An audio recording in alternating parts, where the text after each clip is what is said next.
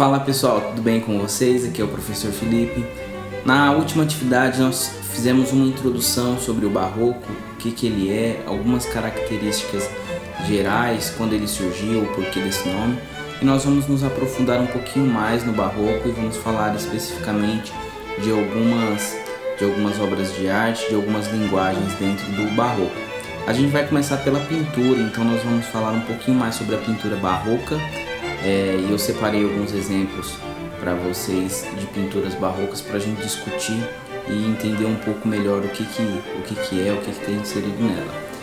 Então, entre as principais características da pintura barroca, além de tudo aquilo que a gente já havia falado na atividade anterior, a gente pode novamente destacar a predominância dos temas religiosos, a riqueza nos detalhes, ou até mesmo um exagero nos detalhes, a dramaticidade ou teatralidade. A gente vai ver que os personagens parecem estar sempre em movimentos e sempre em movimentos muito gesticulados.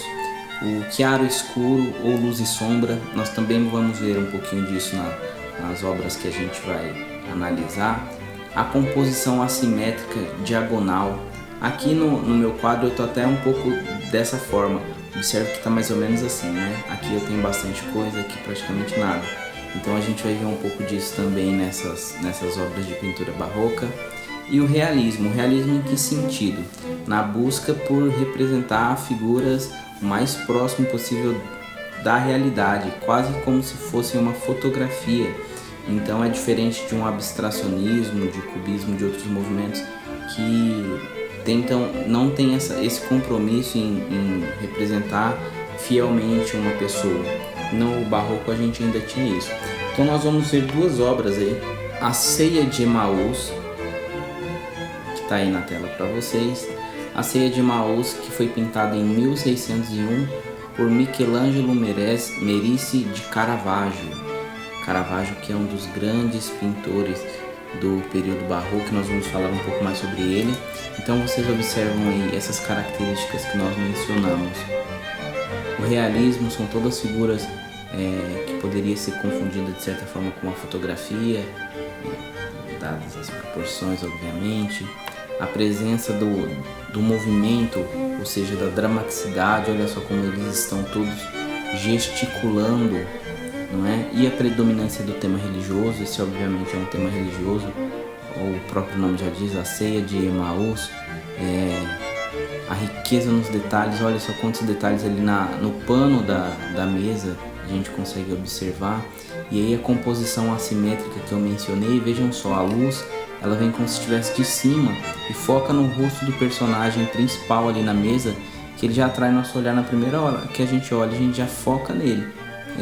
Então isso é proposital, o pintor não fez isso de maneira aleatória, o objetivo dele é que a gente olhasse quase como se fosse um foco de luz.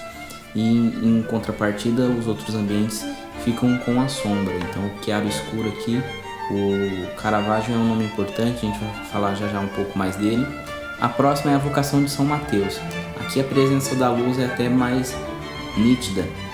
A luz vem aí do lado direito, focando no rosto das pessoas que estão espantadas, com um chamado, com o personagem que está aí do lado direito, apontando os dedos. Olha só todas essas expressões faciais, eles nunca estão estáticos, sempre muito expressivos, não é? E todas aquelas outras características mencionadas acima também estão presentes nessa obra, que também é do Caravaggio.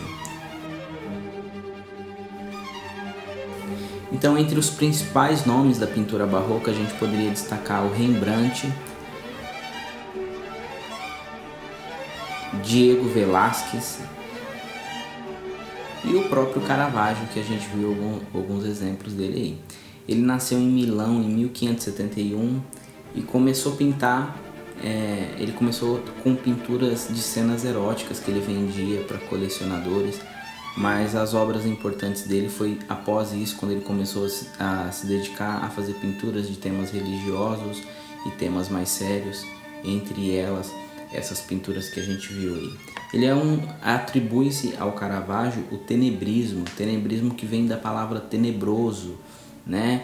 Então esse termo vem do tenebroso, que é escuridão generalizada. Então a gente pode notar nas obras do Caravaggio sempre muita escuridão, e em contrapartida a luz foca nos personagens que ele quer destacar. E tem uma frase aqui do primeiro biógrafo do Caravaggio, que se chama Giovanni Pietro Bellori. Ele diz o seguinte: ele nunca levava suas figuras para a luz do dia, mas as colocava na penumbra de uma sala fechada, usando a luz alta que caía verticalmente sobre as principais partes do corpo, enquanto deixava o restante na sombra, de modo a criar um forte contraste de luz e escuridão, que é tudo que a gente viu naquelas características. Então talvez o Caravaggio seja um nome legal para a gente observar as características da pintura barroca, certo? Então por hoje é isso. Tem alguns exercícios que eu coloquei para vocês na folhinha de atividades para vocês fazerem, basicamente reforçando tudo que já foi dito. Nas próximas atividades a gente vai falar ainda um pouco mais sobre as esculturas barrocas, sobre a arquitetura, sobre a música, e também vamos falar sobre tudo isso aqui no Brasil, como se deu, e a gente já falou um pouquinho lá na aula passada. Tá bom? Continue se cuidando, fiquem bem. Qualquer dúvida estamos à disposição. Um abraço.